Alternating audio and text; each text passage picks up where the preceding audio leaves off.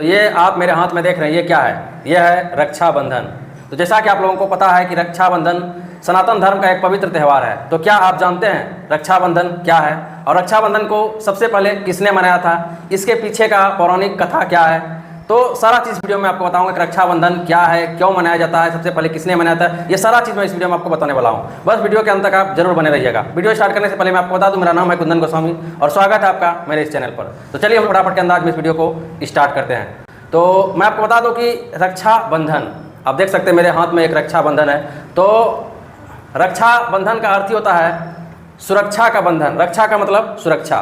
तो जो बंधन रक्षा के लिए बांधा जाए, सुरक्षा के लिए बांधा जाए, उसी को तो कहते हैं रक्षाबंधन। ठीक है, तो मैं आपको बता दूं कि प्रत्येक बहन अपने भाई की कलाई पर ये रक्षाबंधन बांधते हैं और उसके बदले जीवन भर साथ देने का वचन देते हैं। और साथ ही प्रत्येक भाई अपने बहन को जीवन भर साथ निभाने का वचन देते हैं, जीवन भर साथ देने का वचन देते हैं। तो मैं आपको बता दूं मेरे दोस्त, सनातन धर्म का ये बहुत ही पवित्र त्यौहार है और इस त्यौहार को अब भारत में ही नहीं अन्य देशों में भी मनाया जाने लगा है। ठीक है, तो बहुत से लोग इस पवित्र त्यौहार को मनाते हैं और मैं आपको बता दूं यह त्यौहार सावन के पूर्णिमा के दिन होता है। और इस बार अगर हम बात करें 2024 में, तो सावन के पूर्णिमा के दिन और सोमवार का दिन भी पड़ रहा है इस बार। तो इस बार हिंदू धर्म के लिए बहुत ही अच्छी बात है कि सोमवारी भी हो रहा है सावन का और साथ में ये रक्षाबंधन भी हो रहा है। तो दोनों ही हो रहा है, इसलिए इस बार तो और ज़बरदस्त मौका है हिंदू धर्म के लिए।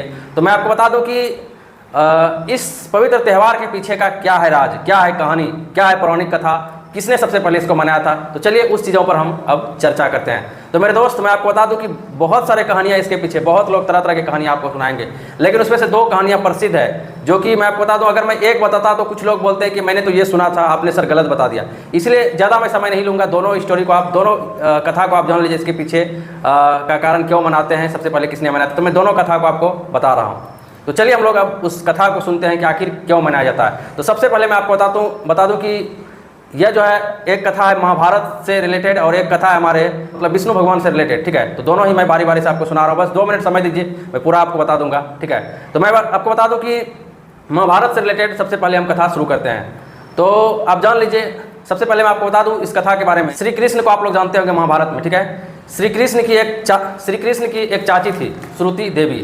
तो मैं आपको बता दूं श्रुति देवी को कोई पुत्र नहीं होता था, कोई संतान नहीं हो रहा था। ठीक है, तो बहुत मिन्नतों के बाद श्रुति देवी को एक संतान हुआ।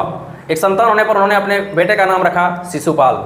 तो शिशुपाल जो है जब जन्म हुआ तो वो इस तरह से इतना ज़्यादा बीमार पड़ने लगा कि अब वो बचेगा ही नहीं, मतलब उनकी मृत्यु हो जाएगी, ऐसा लग रहा था उनकी माँ को। ठीक है, तब उन्होंने एक साधु को इन्वाइट किया और साधु उसके घर में आए और साधु ने कहा कि आपका जो बेटा है शिशुपाल, या किसी महान व्यक्ति के स्पर्श करने से, ध्यान दीजिए, किसी महान व्यक्ति से के छूने से ठीक होगा, ऐसा उस साधु ने कहा शिशुपाल की माँ को। परंतु उस साधु ने शिशुपाल की माँ को यह भी कहा कि जिनके हाथों से यह ठीक होगा उन्हीं के हाथों से इनकी मृत्यु भी होगी। तब क्या हुआ, कुछ दिनों बाद श्री कृष्ण जी उसके घर गए और श्री कृष्ण जी ने शिशुपाल को गोद में उठा लिया और जैसे ही गोद में उठाया तो शिशुपाल बिल्कुल ही ठीक हो गया। तो शिशुपाल की माँ का एक तरफ तो खुशी का ठिकाना नहीं और दूसरी तरफ रोने भी लगी, क्योंकि उनको पता चल चुका था श्री कृष्ण के हाथों ही ये मारा जाएगा। तो उसकी माँ ने श्री कृष्ण को कहा, हे प्रभु आप मुझे वचन दीजिए। श्री कृष्ण को कहा कि आप इसके सारे गलती को क्षमा कर देंगे। तब श्री कृष्ण ने कहा कि देखो माता, मैं इसकी 100 गलतियों को क्षमा कर दूंगा, लेकिन अगर ये 100 गलती से ज़्यादा पार करेंगे तो फिर मैं क्षमा नहीं कर पाऊंगा। ऐसा श्री कृष्ण ने उसको वचन दिया। तब उसकी माँ स्वस्थ हो गई। उसके बाद समय बीतता गया, शिशुपाल एक बहुत बड़े राजा के रूप में उभरे, राजा बन गए और मतलब एक दुराचारी राजा जिसको कहते हैं, अत्याचारी राजा, प्रजा पर बहुत ज़्यादा जुल्म कर रहे थे, बहुत ज़्यादा अनाप शनाप बोलते थे, बहुत ही जिसको कहते हैं कि धर्म विरोधी, धर्म को नहीं, वैसे राजा वो बन गए। ठीक है, तो वो जो है श्री कृष्ण को भी आप शब्द कहते, सारे प्रजा को भी उसके साथ दुर्व्यवहार करते रहते। लेकिन मैं आपको बता दूं एक दिन ऐसा हुआ कि भरी सभा में श्री कृष्ण को जलील किया उन्होंने, और वहाँ पर शिशुपाल ने क्या किया, भरी सभा में श्री कृष्ण को जलील किया और वहाँ पर वो गलती पे गलती करते गए। तो श्री कृष्ण ने उसे चेतावनी दी कि देखो मैं 100 गलती तुम कर सकते हो, अगर 100 गलती से ज़्यादा पार होगा तो मैं फिर कुछ नहीं कर सकता। तब वहाँ पर शिशुपाल ने 100 गलती भी पार कर दिए। तब श्री कृष्ण का चक्र निकला और उसके बाद सुदर्शन चक्र से शिशुपाल का गला काट दिया गया और उसी चक्र के निकलने के क्रम में श्री कृष्ण के अंगूठे से, मतलब जिस अंगूठा तो इसको नहीं कह सकते हैं, तर्जनी, इस अंगुली जिसमें जिसमें चक्र होता है, तो उससे खून निकलने लगे। तभी जो है द्रौपदी दौड़ती हुई आई। उस जगह बहुत लोग घबरा गए, लेकिन द्रौपदी आई और द्रौपदी ने क्या किया, अपने पल्लू को फाड़ करके उसको हाथों में बांध दिया। तभी श्री कृष्ण ने उससे वचन दिया कि आज से मैं तुम्हारा भाई हूँ और हमेशा मैं तुम्हारा रक्षा करूँगा। श्री कृष्ण ने ऐसा द्रौपदी को कहा और तभी से रक्षाबंधन का त्यौहार प्रत्येक बहन अपने भाई की सुरक्षा के लिए मनाते हैं और भाई उसके बदले में जीवन भर साथ देने का वादा करते हैं। तो यहाँ से ये त्यौहार मनाया गया था। यह है महाभारत के अनुसार। लेकिन इसके अतिरिक्त एक और कथा है जिसको आपको जानना चाहिए। एक असुरों के राजा थे बलि।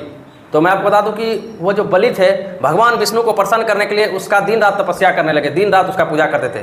तब भगवान विष्णु जो है राजा बलि पर पूर्ण रूप से प्रसन्न हो गए और भगवान विष्णु ने राजा बलि को कहा कि तुम जो है मुझसे वर मांगो, जो भी वर मांगोगे तुम्हें मिलेगा, मैं आज तुमसे प्रसन्न हूँ। तब भगवान विष्णु को राजा बलि ने कहा कि प्रभु आपको मेरे साथ पाताल लोक में 14 वर्ष रहना पड़ेगा, ठीक है, ऐसा उन्होंने कह दिया। तब भगवान विष्णु आखिर वचन दे चुके थे तो उसको जाना ही पड़ेगा। तो भगवान विष्णु जो है भगवान विष्णु को राजा बलि के साथ जाना पड़ा और वहाँ जा कर के रहने लगे। तब इस बीच माता लक्ष्मी क्या करती, तब जो है माता लक्ष्मी ने सोचा, एक उपाय सोचा और उन्होंने क्या किया, एक मनुष्य का रूप धारण की और माता लक्ष्मी जो है राजा बलि के घर चले गए काम करने के लिए और राजा बलि के यहाँ नौकरी करने लगे।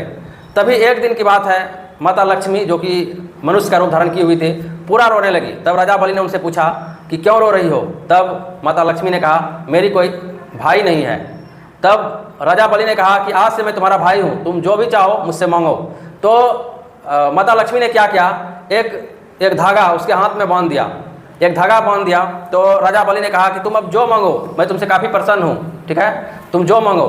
और तब राजा बलि को कहा माता लक्ष्मी ने कि आप अगर मेरे भाई हैं, मेरे भाई बने हैं और मुझे साथ देंगे तो मुझे भगवान विष्णु से शादी करना है। तो भगवान विष्णु से शादी करना ऐसा कहा। राजा बलि उसको वचन दे चुके थे। तब राजा बलि ने कहा ठीक है ऐसा ही होगा। तब भगवान विष्णु से माता लक्ष्मी का शादी कराना पड़ा।